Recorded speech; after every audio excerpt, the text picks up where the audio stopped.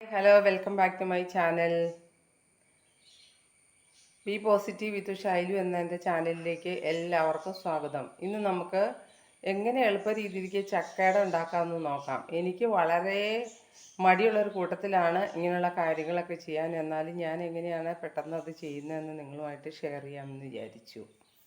നോക്കാം. കുറച്ച് ചക്കപ്പഴം, ഇവിടെ മഴക്കാലത്താണ് ചക്ക പഴുക്കുന്നത്. അങ്ങനെ ഒരു കുറച്ച് ചക്കപ്പഴം ഇരുന്നു, അത് കളയണ്ടല്ലോ എന്ന് വിചാരിച്ചു ഇത്രയും ചക്കപ്പഴം കൊണ്ട് നമുക്ക് അട ഉണ്ടാക്കാം. ഇതിലേക്കായിട്ട് ഈ ചക്കപ്പഴം നമ്മൾ ആദ്യം തന്നെ മിക്സിയിലിട്ട് അടിച്ചെടുക്കണം. പിന്നെ ഒരു 2-3 ഏലക്ക വേണം, പിന്നെ തേങ്ങ വേണം, പിന്നെ അതിനായിട്ട് ഇടനയില. നിങ്ങളുടെ അടുത്ത് ഇതിന് ചില സ്ഥലങ്ങളിൽ വഴണയില എന്നാണ് പറയണത്. പിന്നെ നമുക്ക് വേണ്ടത് ശർക്കര ഉരുക്കി അരിച്ചൊഴിക്കുകയാണെങ്കിൽ നല്ലതാട്ടോ, അതിനകത്ത് കല്ലൊന്നും ഉണ്ടാവില്ലല്ലോ. പിന്നെ മെയിനായിട്ട് വേണ്ടതാണ് അരിപ്പൊടി. എല്ലാ ഇൻഗ്രീഡിയൻസും കൂടെ അടിച്ചെടുത്തതാണിത്. ചക്കപ്പഴം, ഏലക്കായ, തേങ്ങ, ശർക്കര, ഒരു ലേശം ഉപ്പ്, ഇത്ര സാധനം അടിച്ചെടുത്തത് നമുക്ക് വേവിക്കാം. അതൊന്ന് ചെറുതായി ചൂടായി വരണം. ചക്കപ്പഴം നന്നായിട്ട് ചൂടാവുമ്പോഴേ അതിലേക്ക് നമുക്ക് അരിപ്പൊടി ഇട്ട് കൊടുക്കാം.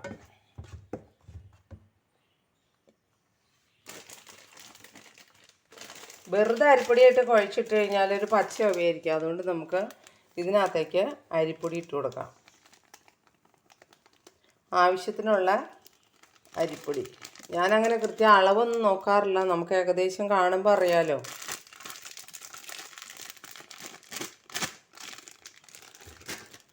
എന്നിട്ട് അത് ഇളക്കി കൊടുക്കുക. ഇതൊന്നും നോക്കാനില്ല, ചക്കപ്പഴമായിട്ട് ഏകദേശം ഒന്ന് മിക്സ് ആകുമ്പോൾ, ആ പൊടി മൊത്തം മിക്സ് ആകുമ്പോൾ ഏകദേശം ഒരടയുടെ കട്ടി നമുക്കറിയാമല്ലോ. അതിനനുസരിച്ച് നമ്മളത് ഓഫ് ചെയ്തിട്ട് എടുത്ത് വെച്ചാൽ മതി കേട്ടോ. അത്ര അരിപ്പൊടി മതി കേട്ടോ. കണ്ടില്ലേ, ഇതുപോലെ ഒരു അത്യാവശ്യം ഒന്ന് ഇങ്ങനത്തെ ഒരു പരുവായിരിക്കണം. കാരണം അടയുടെ പരുവം നിങ്ങൾക്ക് അറിയാമല്ലോ, ഒരുപാട് കുഴഞ്ഞിരുന്നാലും കൊള്ളില്ല അത്. അപ്പോൾ ഇങ്ങനെ ഇവിടെ ഇച്ചിരി കട്ടിയിലാണ് ഇഷ്ടമുള്ളത് കേട്ടോ. നിങ്ങളുടെ ഇഷ്ടത്തിനനുസരിച്ച് ഉണ്ടാക്കാം. ചക്കപ്പഴം കൂടുതൽ വേണമെങ്കിൽ ഒരു ഇച്ചിരിയോടെ കൂടുതലാക്കാം, കട്ടി കുറയ്ക്കാം. ഓക്കെ. ഞാൻ അട പുഴുങ്ങാനായിട്ട് ഇതുപോലൊരു കുക്കറാട്ടോ എടുക്കാറ്. കുക്കർ എടുത്ത് അതിൽ വെള്ളം ഒഴിക്കണം. കുക്കറിൽ 1 ഗ്ലാസ് വെള്ളം ഒഴിച്ച് നമ്മൾ അടപ്പത്ത് വെച്ച് ഇതുപോലൊരു സാധനം വാങ്ങാൻ കിട്ടും കേട്ടോ. ഇത് എൻ്റെ കയ്യിൽ പഴയത് ഉണ്ടായിരുന്നതാണ്. ഇതിൻ്റെ ലീഫൊക്കെ പോയി, ഇനി അത് ഉറപ്പിക്കണം. പിന്നെ അതിന് നടുക്കൊരു കോലൊക്കെ ഉണ്ട്, അതൊക്കെ പോയി. ഇതിങ്ങനെ ഇറക്കി നമ്മൾ ഇതിനകത്തേക്ക് വയ്ക്കും. കണ്ടില്ലേ? എന്നിട്ട് നമ്മൾ അട ഇലയിലേക്ക് പരത്തുമ്പോഴത്തേക്ക് ഇത് ചൂടായിക്കോളും. അതിലേക്ക് നമ്മൾ നിരത്തി വെച്ചിട്ട് ഒരു 5 വിസിൽ കേൾക്കാൻ പാകത്തിന് വിസിലടിപ്പിച്ചാൽ മതി കേട്ടോ. അപ്പോൾ ഇത് നിങ്ങൾക്ക് പുതിയൊരു ഐഡിയ തോന്നിയതായിരിക്കും. ആരെങ്കിലും ഇങ്ങനെ ചെയ്യണവരും ഉണ്ടാവും. പക്ഷേ എനിക്ക് കിട്ടിയ ഒരു എളുപ്പമാർഗ്ഗം ഇതായിട്ടാണ് തോന്നിയത്.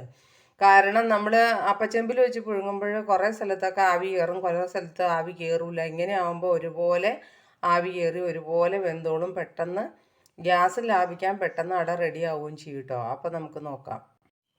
ഹലോ, ഒരു കാര്യം പറയാൻ മറന്നു പോയിട്ടോ. നമ്മളിതുപോലെ ബാറ്റർ തയ്യാറാക്കുമ്പോഴേ അതിൽ കുറച്ച് നെയ്യ് ഒഴിക്കണം കേട്ടോ. നെയ്യും കൂടെ ഒഴിച്ചാൽ ഭയങ്കര ടേസ്റ്റ് ആയിരിക്കും. കശുവണ്ടിപ്പരിപ്പും മുന്തിരി ഉണ്ടെങ്കിൽ അതും കൂടെ ഇട്ട് കൊടുക്കാം കേട്ടോ. ഇതുണ്ടായിരുന്നില്ല എൻ്റെ അടുത്ത്, നെയ്യ് ഒഴിച്ചിട്ടുണ്ട്, അത് കാണിക്കാൻ പറ്റിയില്ല. ഇനി നമുക്കിത് ഓരോ ഇലകളിലേക്ക് ഇങ്ങനെ പകർത്തി കൊടുക്കാം. എന്നിട്ട് നമുക്കത് പുഴുങ്ങിയെടുക്കാം. ഇങ്ങനെയാണ് ഞാൻ ഉണ്ടാക്കണത്. നിങ്ങൾ കുമ്പിളപ്പായിരിക്കും നിങ്ങൾ ഉണ്ടാക്കണം, കുമ്പിളാക്കിയിട്ടല്ലേ. ഇവിടെ ഇങ്ങനെ ഉണ്ടാക്കണതാണ് ഇഷ്ടം. എനിക്ക് കനം കുറഞ്ഞാണ് ഇഷ്ടം, ഹസ്ബൻഡിന് നല്ല കനം കൂട്ടിയിട്ടാണ് ഇഷ്ടം. ഇനി നമുക്ക് അട ഓരോന്നായിട്ട് വെച്ച് കൊടുക്കാം. ഇതുപോലെ നമ്മൾ വെക്കണം.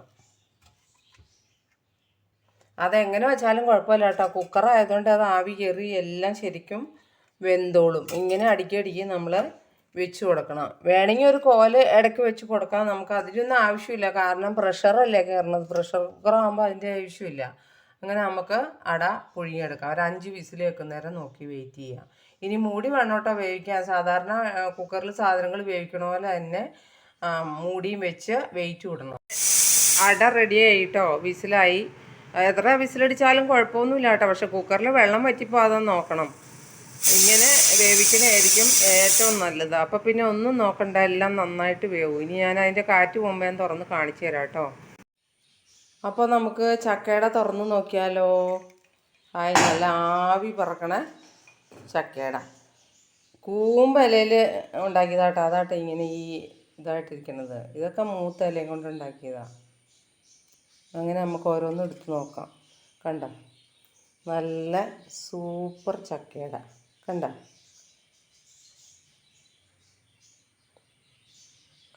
നമുക്ക് കൂമ്പലയിലുണ്ടാക്കിയത് നോക്കാം.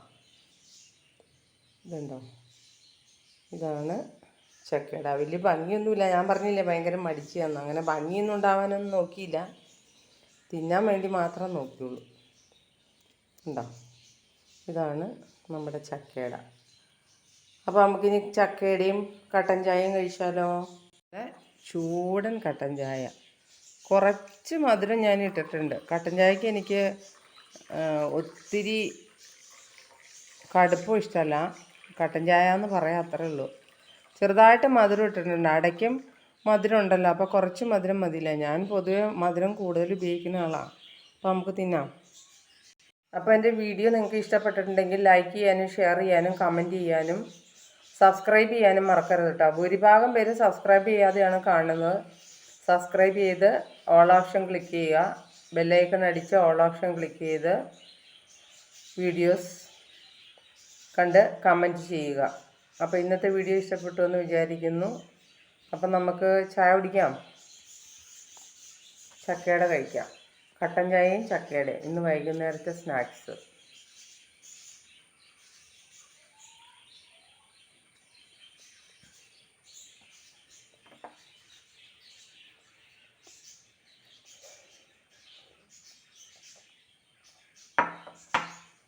അപ്പോൾ എല്ലാവർക്കും നന്ദി, നമസ്കാരം. ഞാനിത് ചായ കുടിക്കട്ടെ കേട്ടോ, അടയൊക്കെ കഴിച്ച്. നിങ്ങളും വൈകുന്നേരം ഇതുപോലെ എന്തെങ്കിലുമൊക്കെ ഉണ്ടാക്കി നോക്കുക. കമൻറ്റ് ചെയ്യാൻ മറക്കരുത്. Thank you for watching the video.